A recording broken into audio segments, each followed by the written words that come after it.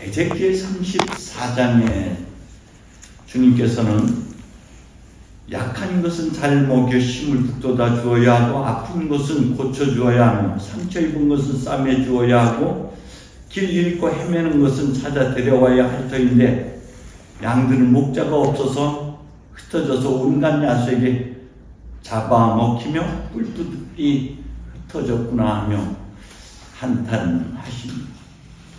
그리고 주님은 친히 양떼를 기를 것이고 양떼를 쉬게 하리라고 말씀하시고, 헤매는 것은 찾아내고 길 잃은 것은 도로 데려오고, 상처 입은 것은 싸매주고, 아픈 것은 신나도록 잘 먹여주고, 기름지고 튼튼하게 지켜주겠다고 말씀하십니다. 우리도 삶의 여정에서 이렇게 목자를 잃어버릴 때가 얼마나 많은지 모릅니다.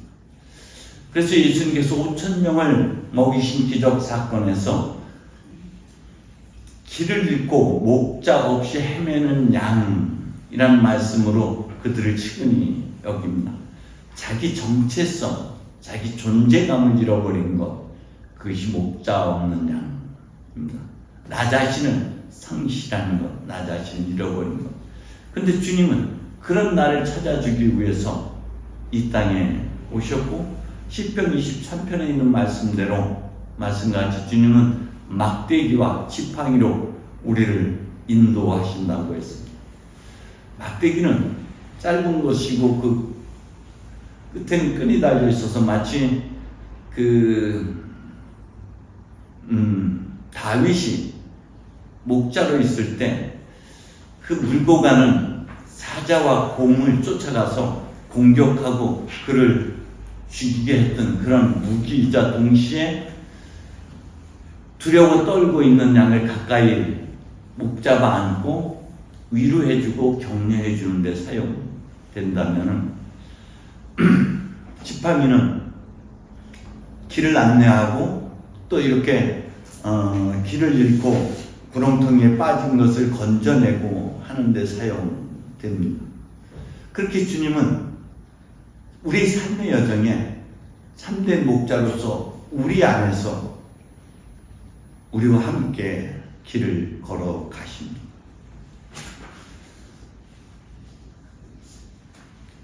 성령께서는 우리 삶의 여정에서 주님께서 말씀하신 여러 가지 체험들, 교훈들, 사랑의 은혜들, 그리고 성서 말씀, 그리고 보고 듣고 하는 그 모든 것 속에서 반추해서 그것을 재조명하고 재해석하게 함으로써 말씀 가운데서 우리를 이끌어 가시는 부활하신 주님이십니다. 그래서 우리의 부활은 반추하고 되새기고 재조명하고 재해석하는 삶의 여정이라고 말할 수 있습니다. 양 우리에 들어갈 때 문으로 들어가지 않는, 딴 데로 넘어 들어가는 사람은 도둑이며 강도라고 말씀하고 있고, 주님은 친히 내가 문이다, 나는 나다, 나는 빛이다, 나는 생명이다, 나는 길이다, 나는 부활이다, 나는 나다라고 그분은 친히 문이라고 말씀하고 있습니다. 근데 이 문은 주님께서 묵시록 3장에 보면 문 밖에서 문을 두드리고 계시는 장면으로, 그래서 마음의 문을 열어주면 그 안으로 들어가서 그들과 함께 풍성한 삶을 누리게 하신다고 말씀하셨습니다. 요한복음에서 그들이 문을 닫아 걸고 있을 때 주님이 그들 한가운데 나타나셨다라고도 표현하고 있습니다.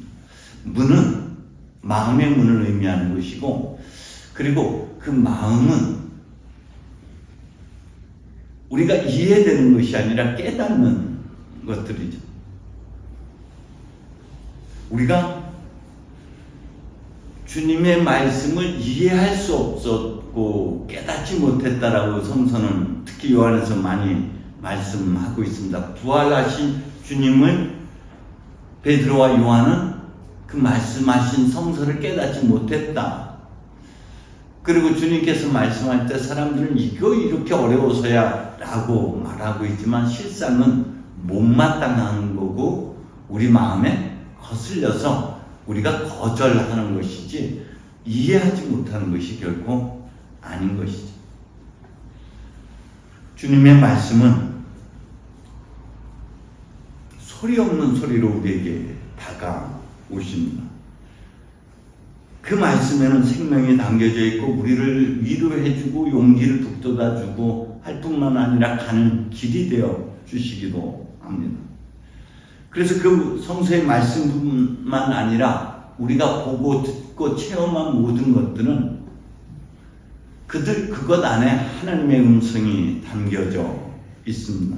근데 그것은 귀로 듣는 것이 아니라 머리로 듣는 것이 아니라 가슴으로 마음으로 깨닫고 듣는 것입니다. 조용하고 여린 소리, 우리가 무엇인가 깨닫고 느끼고 알아차리고 하는 것들 안에 하나님의 음성이 말씀이 그 안에 담겨져 있습니다.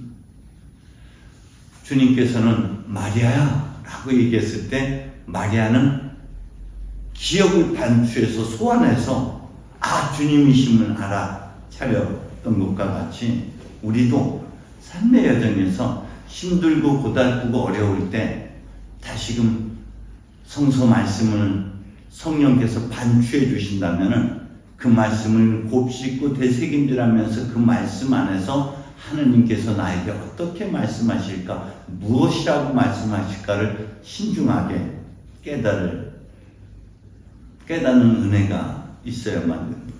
제가 신학을 하기 전에 과연 이게 하나님께서 원하는 길인지 아닌지를 혼자 그 산에 성경책 싸들고 한겨울에 1월 초에 그냥 산에 올라갔어요. 비닐도 하고 갑바 하나 들고. 그런데 그때 제가 들은 음성이 이사야서 41장에 있는 말씀이었습니다. 두려워하지 말라, 내가 네 곁에 있다. 걱정하지 마라, 내가 너희 하나님이다. 내가 너희 힘이 되어주겠다. 이 말씀 붙잡고 저는 지금껏 길을 걸어왔던 것 같아요. 힘들고 어려웠을 때 주님께서는 성서 말씀을 통해서 내가 다 이룬 다음에서 네가 비로소 내가 하나님인 것을 알아차리라는 말씀으로 힘과 용기를 주셔서 선천교회를 2번이나 재건축할 수 있는 은총이 있었던 것이죠. 주님은 끊임없이 이는 내 사랑하는 아들, 내 마음에 드는 아들이다 라고 말씀하시기도 하고, 때로는 사울아 왜 나를 박해하느냐 하고도 말씀하시기도 합니다. 성서에는 이렇게 말씀하고 있습니다.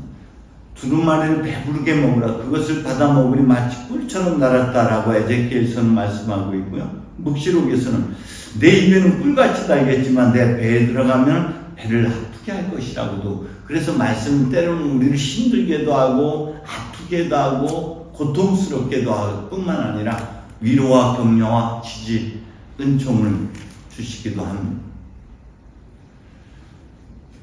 시편 기자는 당신의 말씀은 내 발에 등불이고 나의 길에 빛이라고 고백하고 있습니다.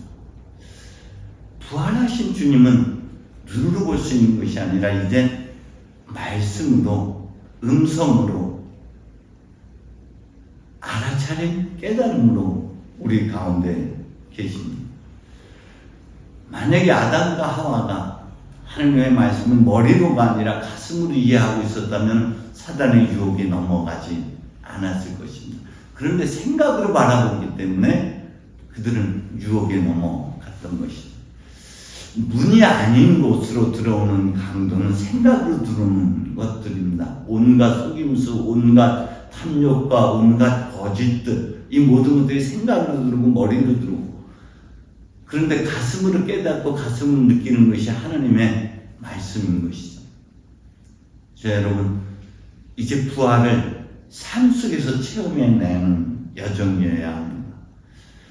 삶의 여정 속에서 우리가 그래서 늘 성서를 봐야 하는 거고 늘 기도를 해야 하는 것은 거룩한 렉처들이나 특히 말씀을 통해서 거룩한 단어나 문장을 가지고 되새기고 되새기다 보면 우리 삶의 어떤 지난 여정에 아픔이라든지 때로는 기뻤던 일이나 과거를 반추시켜내고 그것을 재조명하기 위해서 또 치유해 주시고 용기를 북돋아 주시고 다시 길을 걷게 하기도 하는 것이죠.